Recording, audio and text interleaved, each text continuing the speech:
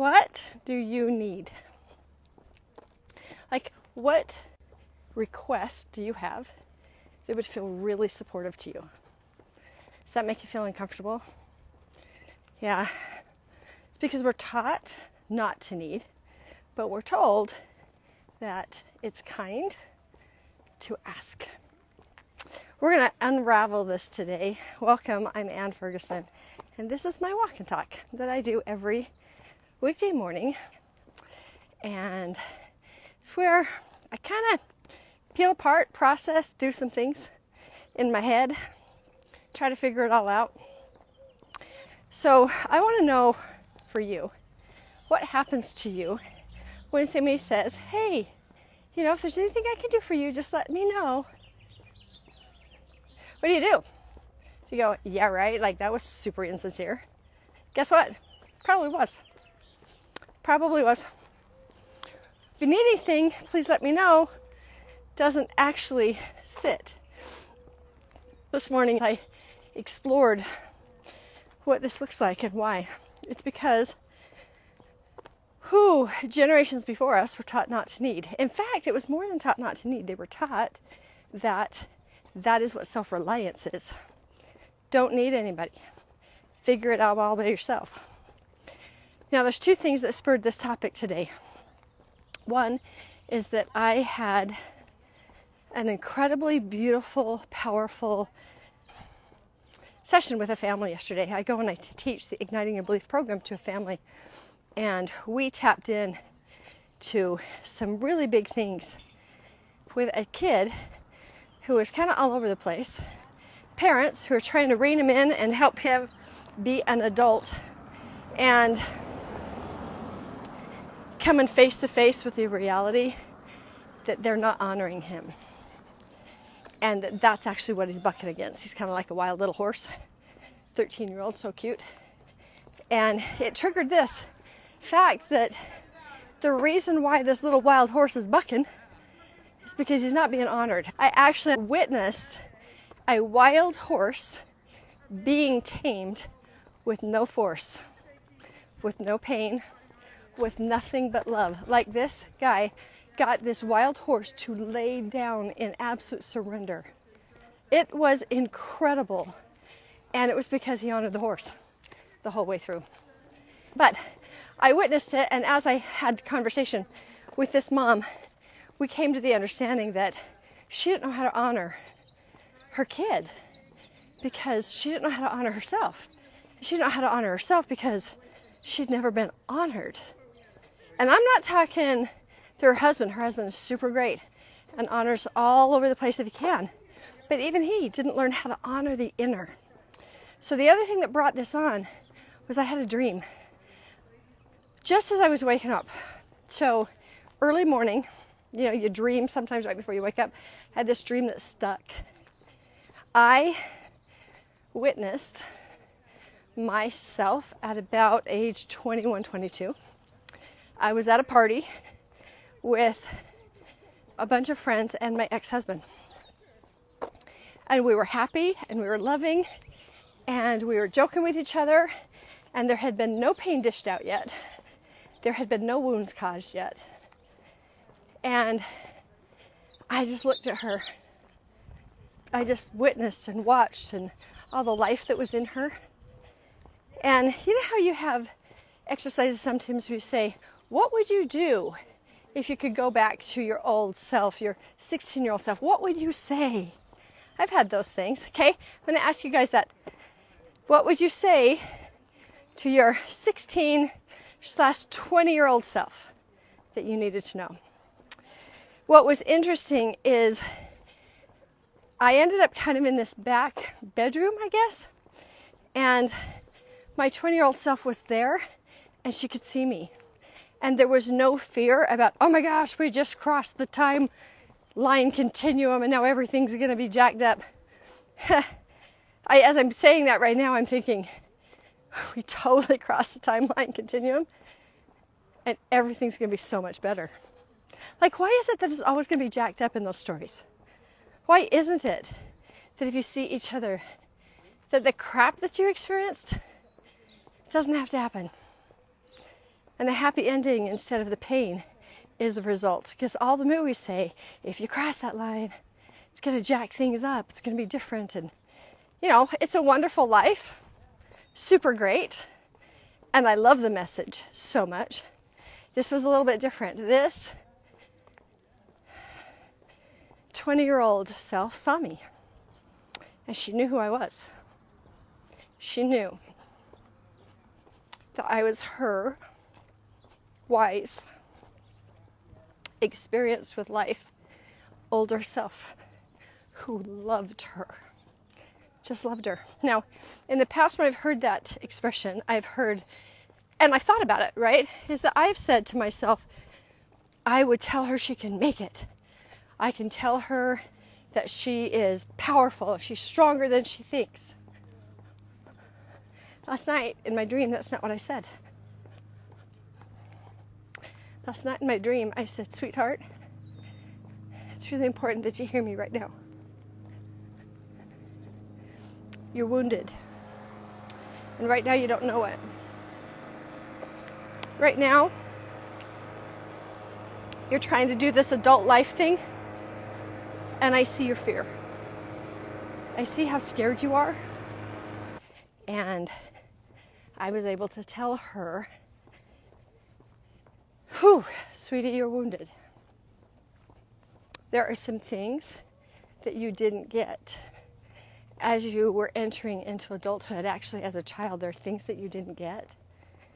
And it's going to have a lot of impact on your world unless you get some help. And you get some help right now. I know that scares you to death, sweetie, because you've had to figure out so many things just on your own without any help or support. And that's actually a value system that you have. Like you can figure things out. You've been able to do more than a lot of people. And I see, sweetheart, I see your fear of being found out. Found out that you don't know. Because if you don't know, there's nobody going to teach you. That's kind of like life and death, right? If you don't know. I remember as a 21-year-old, married, I got the Better Homes and Gardens checkerboard recipe book, and I was all excited. I was going to be a big girl. I was going to make my husband dinner, and the recipe called for cooked chicken. I had no idea. Like, how do you cook a chicken? I want you to hear this for a minute again. 21 years old, paralyzed, because the book didn't tell me how to cook the chicken. It just said cooked chicken. I had no concept. I felt all the panic in me surge up. I felt so stupid. Like I should know how to cook a chicken. And I don't want my husband to find out that I don't know how. I mean, what kind of wife does he have? You know, she doesn't even know how to cook a chicken. Guess what we didn't have, guys? This is one difference between us and our kids, by the way. We didn't ask the questions. We didn't have the internet. Who wouldn't judge us? Do you know that when you go, hey Google, she doesn't go, oh my gosh, are you serious? Like, why don't you know this already? Why are you bothering with this? Google doesn't do that. Siri doesn't do that. Alexa doesn't do that. When there's a question, it's just an answer. Can you imagine, all you Gen X parents with me, what it would have been like to just ask a question and with absolutely no judgment, give an answer? Not say go figure out by yourself, but actually give an answer. How cool would that be? That would be super fun, right?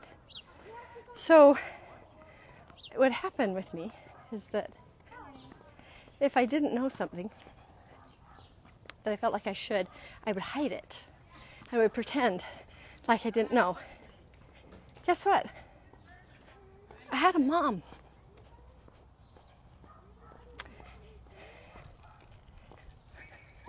I had a mom who taught me not to ask for things because I'm a big girl. I can figure things out on myself. I've got a good brain. Just keep working at it. I'll get it. I never even considered calling my mother and saying, Mom, how do you cook a chicken? I never even considered it. I had been taught well not to know what I need and not to get what I need. So I want to kind of bust a lie out here for a second, and that is that self-reliance equals doing everything by yourself. That is not self-reliance. Self-reliance is relying on yourself to ask for and receive what you need. Now, sometimes you're going to ask yourself, what do you need? Need to drink water right now? Go get the water. Sometimes it's going to say, what do I need? I need to know how to cook a chicken. How are you going to do that? I don't know. What do you need? I need someone to teach me. Who could teach you? I could call my mom. Why don't you call your mom? That conversation with your soul, getting what you need and your needs met, super crazy important. In the dream, I not only said, go get some therapy, but I also said, hey, that man over there, he doesn't know what he's doing either. So you guys are in it together. And I know that you want the Prince Charming idea that's going to take care of you happily ever after. You know, on the white horse, they know everything, and so therefore lean into their manhood. He's scared to death, Ann. He's got no clue. He doesn't know how to be vulnerable. Turns out neither do you. So, what would serve you the best, my sweet, sweet self, is to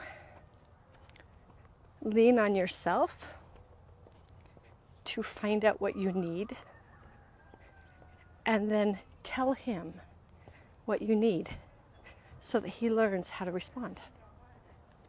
Because right now, he's 23, and he really, really wants to get this right. He really, really wants to help you. He really, really wants to serve you. And he thinks he can. His biggest desire is to help you feel safe, but he doesn't know how. So get some therapy so that you can lean into yourself and find out who you are and clean out the wounds. And then check in and say, what do I need right now? And if you can't get it for yourself, ask for help. That's what I told my younger self. I sat today, this morning, after I had that dream, I sat up, I went downstairs, and I started to write. What would have been different for me had I learned the skill of saying, what would be really supportive of me right now is this, and then having permission to go and seek it and have it responded to without anything else. See, I believed, I don't anymore, that's why I put it in the past tense, I had to check in. I believed that to need was weak, and that to push my needs aside in order to support someone else was noble. So I spent most of my life denying the fact that I was tired and needed some support. My ex-husband worked in the U.S. Senate, and he would call and say, hey, I'm just letting you know I've got to stay because of the senator. Do you know that man never heard me ever say, no, baby, not tonight. Just come home. I need you. I need my partner. I need some support. I am weak. I am tired. I am pregnant. Right now I'm laying on the floor as the kids brush their teeth because I'm trying to get them to bed, and I can't even stand up right now. Instead, I nobly said, okay, honey, I've got it tonight. I said, it's okay if your family comes the day after I give birth and you run off to Washington, D.C. to go give them a tour. I'm strong. I'm okay. It's baby number 5. I don't need anything.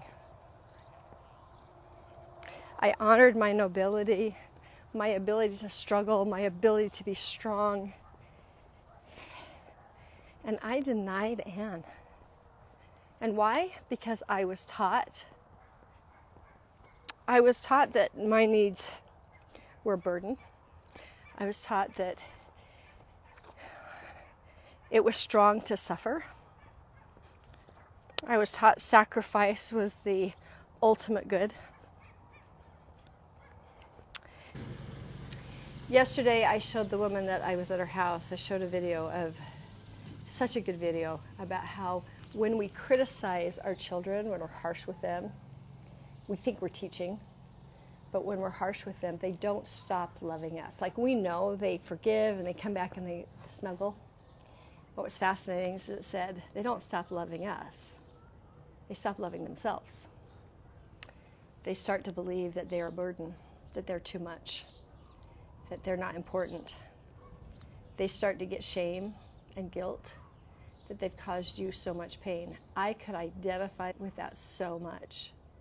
And as I talked to this woman, I said, I don't think that you stopped loving your mom.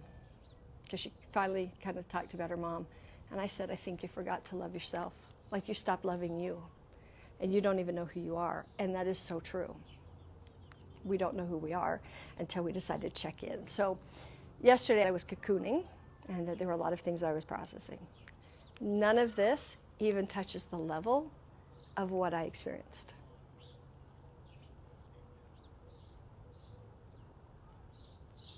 I connected, and I've been a very connected person. I've been connected to my thoughts, I've been connected to my brain. I can even say, what do you need right now? And I can give myself that. But I saw me. I saw my soul. And I realized that I've been having a narcissistic relationship with my soul. That the things that I do to make me feel better and feel good and everything are not surfacey. They're kind of mid-range right there. But I'm just doing it instead of really searching and saying, soul, what do you need? I've wanted to be seen. But it's to be seen by me. Everything starts within yourself first. Everything starts within yourself first. Men in my life didn't see me because I didn't see myself. The minute I see myself and show up that way, people see who I am. It always starts within.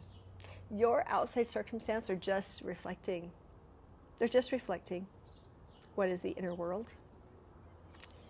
Extremely, extremely healing. I will talk about what it looks like. Woo. To honor somebody in vulnerability. As you try to get them to open up. As you try to get yourself to open up. Because you've got to be vulnerable with yourself. What that looks like. This taming of this wild horse was so, so profound and phenomenal. So what I would love for you to take away, you get to take away whatever you want, but the big takeaway is instead of saying, like, change this in your mind, instead of saying, is there anything you need, or if there's something you need, let us know, is to stop, look at the person and say, is there any request you'd like to make of me that would feel really supportive of you right now? Oh my gosh, that changes things. That totally changes things. Now I'm going to ask, if you want to go a step deeper, find some time. Say when you're upset, say when you are freaking out, and say inward, is there anything you'd like to request from me that would feel really supportive right now? And when you hear it, go do it. It may be, go get a hug. It would feel really supportive of me, this is the soul talking, if you would, and then you fill in the gaps and you go do it. Just change this, see what happens, play with it. It's going to be my new thing. Is there anything you would like to request of me that would feel supportive to you right now? Christ wants to heal you. I felt him. I felt him all weekend. I was inspired on Tuesday to sign up for this retreat. I'd seen it for a while. It's not something I was even going to go to. I was dismissive. And then Tuesday I saw it and I had this leap in my heart and I went, oh, guess I'm doing this. He led me, stood by me, supported me, loved all over me the whole week. So that is it. If you like this, if you think this would be helpful, please share it. If you're just jumping on and just seeing me for the first time, follow. That's it. I will see you all tomorrow. Ciao.